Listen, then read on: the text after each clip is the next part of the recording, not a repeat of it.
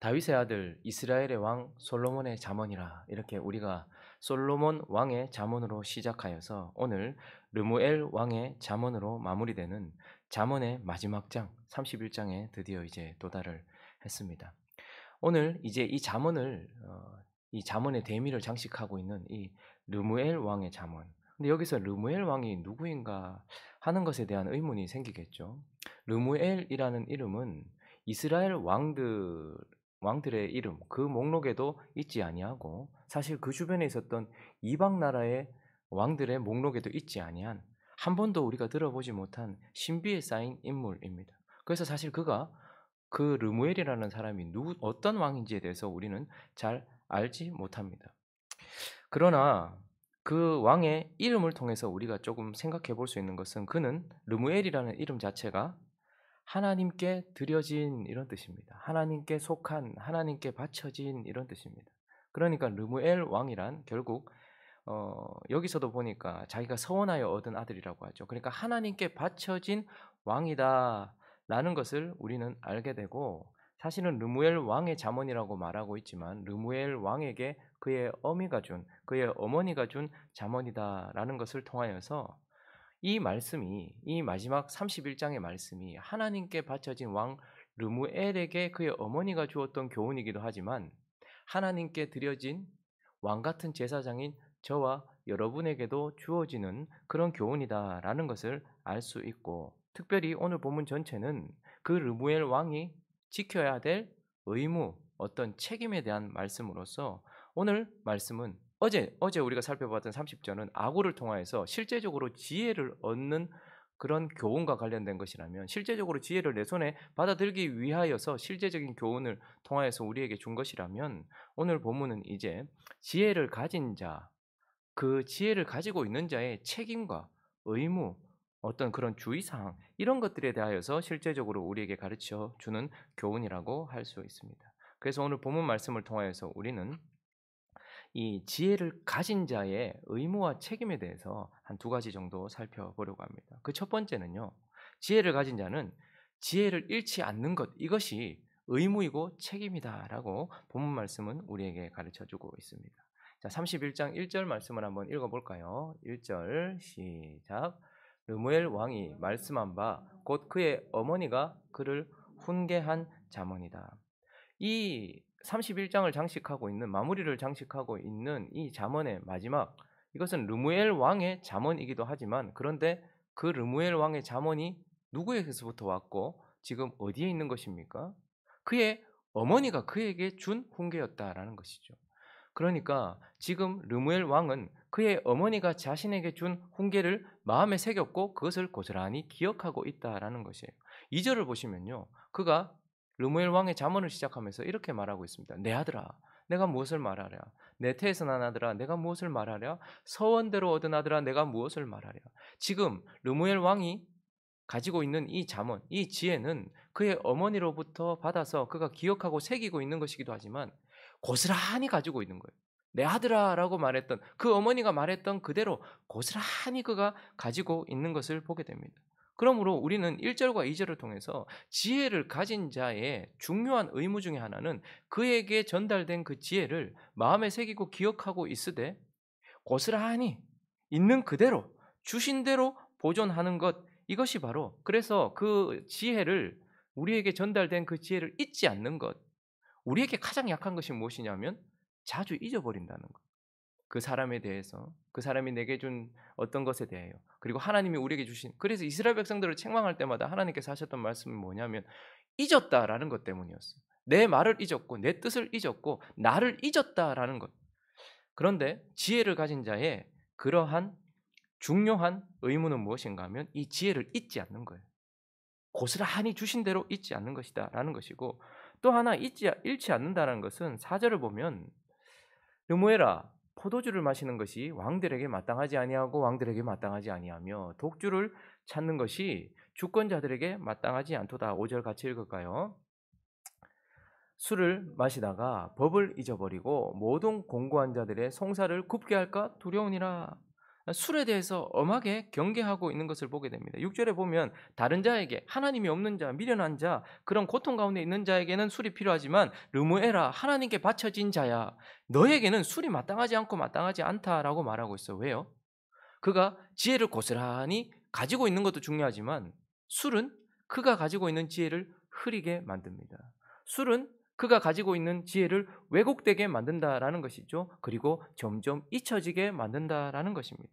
그러므로 지혜를 가지는 것, 우리가 어제 아굴의 잠언을 통해서 실제로 우리가 지혜를 받아들기 위한 그러한 교훈도 참 중요해요. 그러나 오늘 본문은 잠언을 마무리하면서 지혜를 가지는 것도 중요하지만 그 지혜를 가진 자가 어떤 의무를 행해야 되는가에 대해서 우리에게 명확하게 말하면서 지혜는 잃어버릴 수 있다는 거예요. 그렇기 때문에 우리가 지혜를 잃지 않기 위해서, 잊지 않기 위해서 주신 그대로 고스란히 간직하고 그것이 간직되었다 할지라도 술과 같은 것, 그런 것들이 우리의 지혜를 흐리게 만들 수 있으니까 그런 것들로부터 받은 지혜를 잃지 않는 것, 이것이 바로 우리가 가지고 있는 그런 첫 번째 의무다라고 말씀하고 있는 것입니다. 자, 그리고 오늘 이 짧은 본문 말씀을 통해서 우리에게 주는 또 다른 교훈은 무엇인가 하면 지혜로운 삶을 잃지 않는 것, 이것이 또한 우리에게 주어진 책임과 의무다라는 것을 보게 됩니다. 자, 3절 말씀 읽어볼까요? 3절에 있습니다. 시작. 내 힘을 여자들에게 쓰지 말며 왕들을 멸망시키는 일을 행하지 말지어다. 저기서 힘은 무엇을 의미할까요? 르무엘 왕이 가지고 있고 솔로몬 왕이 가지고 있는 것은 오직 사실은 지혜입니다. 모든 힘의 근원이 지혜예요. 그래서 세상 사람들은 권력의 힘이 있다고 말하고 돈의 힘이 있다고 말하고 외모의 힘이 있다고 말하고 이런저런 인맥의 힘이 있다고 말하지만 하나님의 왕은 지혜의 힘이 있다라고 말하고 있어요. 그 지혜 자체가 그리스도시고 실제적인 지혜가 우리에게는 힘인 것이죠. 그런데 이 힘을 여자들에게 쓰지 말며 왕들을 멸망시키는 여자에게 쓰지 말지니라, 이런 뜻입니다. 자, 그러니까 여기서 말하는 여자는 물론 우리를 유혹하는 여자일 수도 있겠지만, 단순히 진짜 여자를 가리키는 걸 수도 있겠지만, 우리를 유혹하여서 하나님의 길에서 벗어나게 하고 지혜로운 삶에서 벗어나게 만드는 모든 유혹거리들을 다 통칭하는 것입니다. 그래서 지금 그 어미가 그에게 말하고 있는 것은 지혜를 낭비하지 말라는 거예요. 허비하지 말라는 거예요. 잘못 쓰지 말라는 거예요. 그래서 지혜를 잘못 쓰는 순간 우리는 지혜로운 삶에서 벗어나게 되는 것이죠. 하나님이 우리에게 주신 그 지혜는 하나님을 위해서 주신 거예요. 그런데 여자들에게 쓰는 것, 왕들을 멸망시키는 여자들을 위해서 쓰는 것, 헛된 것을 얻기 위해서 지혜를 쓰지 말고 육체적인 것을 위해서 지혜를 쓰지 말라. 그래서 지혜로운 삶에서 벗어나지 말라라고 우리에게 말씀하고 계시는 것입니다.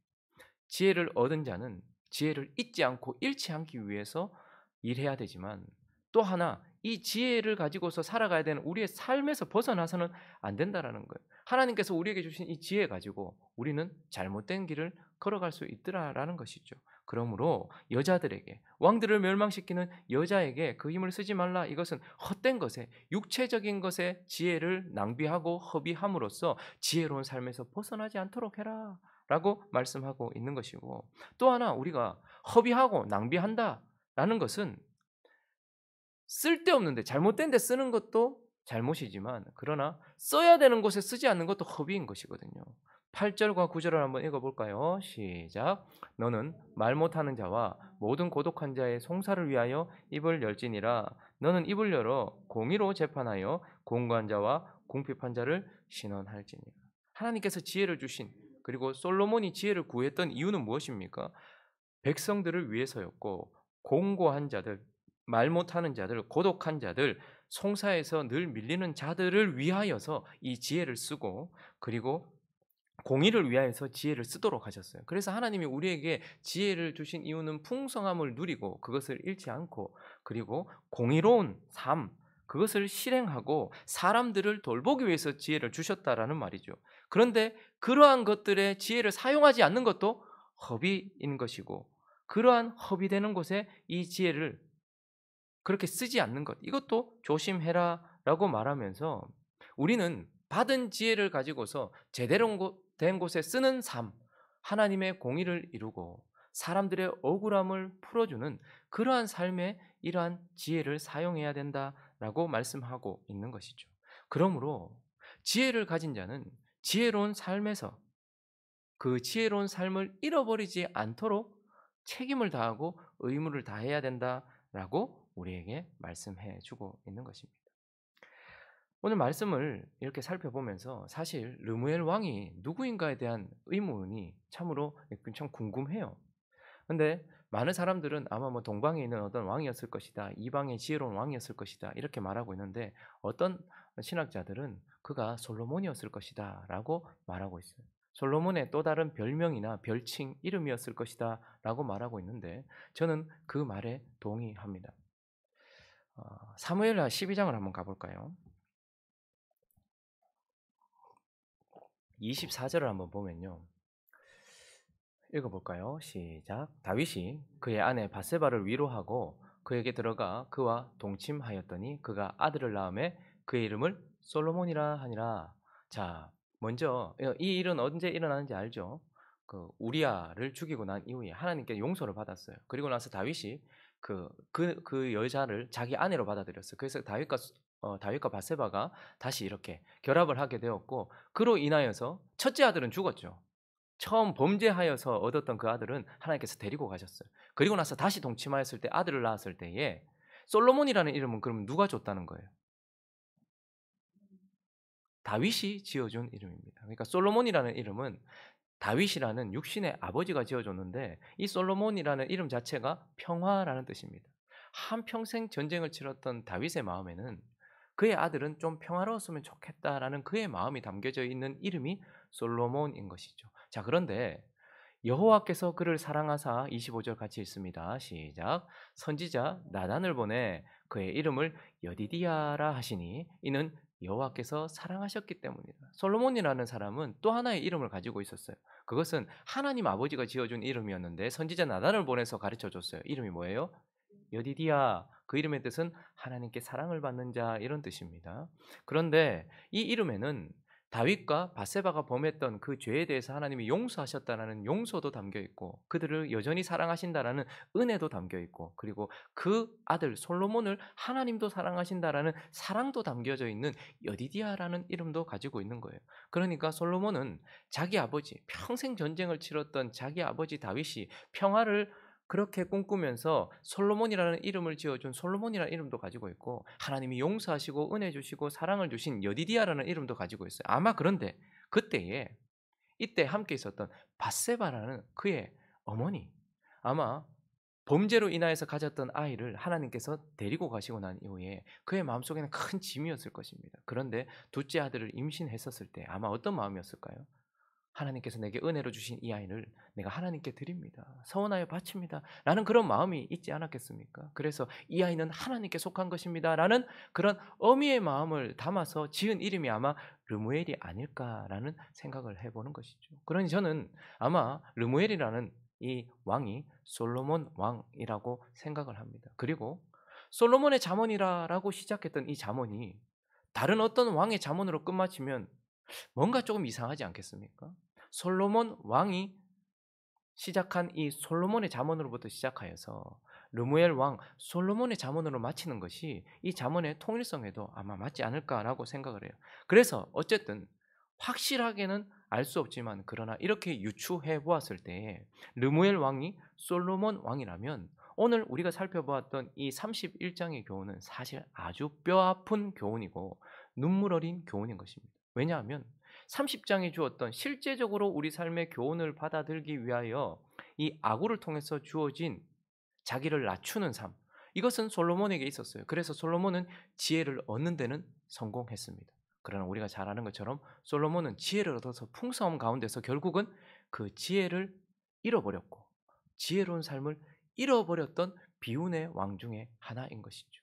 그러니 잠언 31장 하나님께서 아굴과 이 르무엘 왕의 잠언을 여기에 끝에 결국은 삽입시켜서 우리에게 이 말씀을 주시는 이유는 지혜를 얻는 것도 참으로 중요하다. 그러나 그 지혜를 잃지 않는 삶, 그리고 그 지혜로운 삶을 잃지 않고 좌로나 우로나 치우치지 않는 삶, 그것이 매우 중요하다. 내가 사랑했던 여디디야, 평화의 왕 솔로몬, 그 어머니가 내게 바쳤던 르무엘은 결국 실패했다. 지혜를 가졌지만 그러나 그 지혜를 잃어버렸고 여인들에게 그의 지혜를 썼고 독주에 빠졌으며 그의 마음이 내게서 떠났다. 그러나 너희는 그리하지 말라라는 하나님의 뼈아픈 눈물 어린 교훈이 담겨 있는 것이 어떻게 보면 이 잠언 31장의 교훈인 것입니다. 그러므로 지혜를 실제로 얻기 위하여 아구를 통하여 주신 그러한 교훈도 참 중요합니다. 그러나 저와 여러분이 지혜이신 예수 그리스도 그리고 그분이 주신 이 실제적인 지혜 이러한 것들을 얻었다면 이것을 잊지 않기 위하여 주신 그대로 더하지도 말고 빼지도 말고 어미가 주신 그대로 가지고 있었던 르무엘 왕처럼 이 지혜를 고스란히 가지고 있고 포도주와 같은 것에 의하여서 이 지혜가 흐려지지 않도록 그것을 지키는 삶을 살아가는 저와 여러분 되시기를 예수 그리스도의 이름으로 축원합니다. 그리고 이 지혜를 주신 것은 육신을 구하라고 주신 게 아니에요. 기도도 예배도 하나님의 은총도 이 지혜도 여인들에게 쓰는 그런 육신을 위해서 살아가는 자가 아니라 그리고 하나님을 위하여 하나님의 공의를 위하여 그리고 사람들을 위하여 쓰라고 주신 이 지혜를 나를 위해서 쓰는 그런 지혜의 삶에서 벗어나지 아니하는 그런 저와 여러분이 되어서 하나님께서 기쁘게 우리에게 지혜를 주시고 그리고 하나님이 끝까지 이 지혜를 주신 것에 대하여서 기뻐할 수 있도록 지혜를 잘 지키고 지혜로운 삶을 잘 지키는 저와 여러분 되시기를 예수 그리스도 이름으로 축원합니다.